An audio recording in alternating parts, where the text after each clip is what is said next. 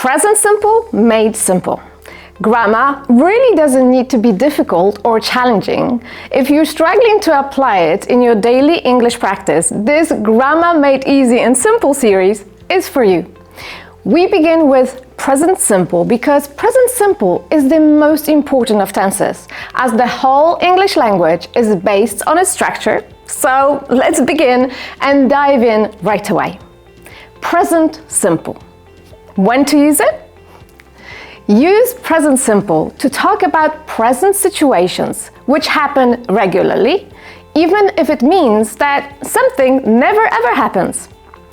So use present simple to talk about situations that happen sometimes, like once a month or a few times a year, often when you do something regularly, seldom or hardly ever when you do things a couple of times a year or maybe once in a blue moon.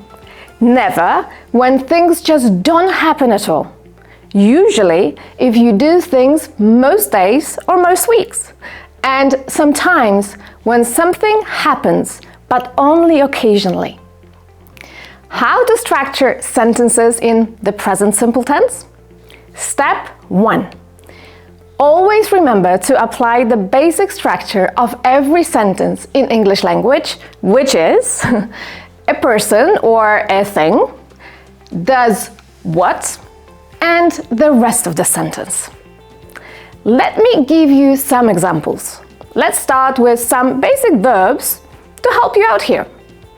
So, go, speak, work, and meet. Following the basic structure, you will say the following sentences. I go to work every day. I work for a big company. I speak English. I meet my friends at a cafe. Using this basic structure will help you create grammatically correct sentences in every situation. Step 2. Follow one major rule to create grammatically correct sentences in the present simple tense. When you talk about yourself, so I, or talk about another person, so you, or about many people, so we, you or they, you will always use the most basic form of the verb, so an infinitive. But if you talk about a he or a she or an it, you will always add an s to a verb. And in the verbs that end with ch, sh, x, z or s or o, you will need to add es just to make the pronunciation easier. So let's go back to our sentences and let's see what happens. You will say, I go to work every day, but he goes to work every day. You work for a big company, but she works for a big company. We speak English and they speak English. They meet their friends at a cafe, but he meets his friends at a cafe. So when we talk about he, she, or we use name like Sarah or Frank, or talk about object like a box or a car, or talk about animals such as a cat or a dog, we will always add an s to the verb. He buys coffee in the morning. Sarah loves animals. My car drives fast. My dog runs a lot. Step 3. Now you have the basic layout of the present simple tense structure.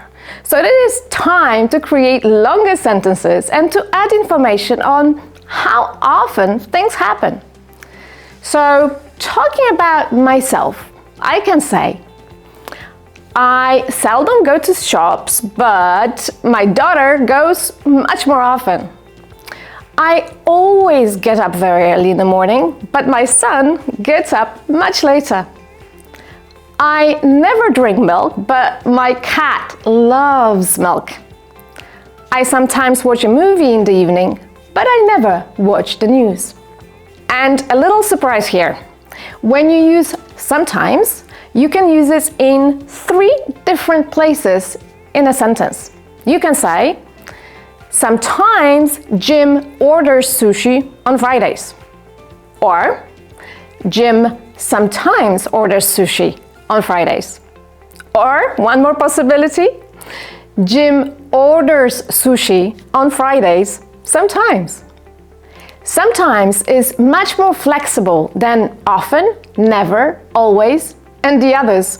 But remember that still the main structure of the sentence with a person does what and the rest of the sentence is the most important one.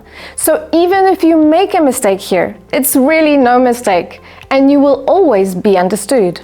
And I have a little surprise for you here.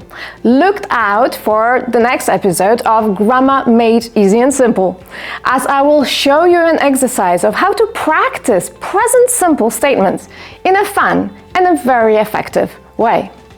And for today, remember to set the notifications for my YouTube channel so you will not miss the upcoming episodes.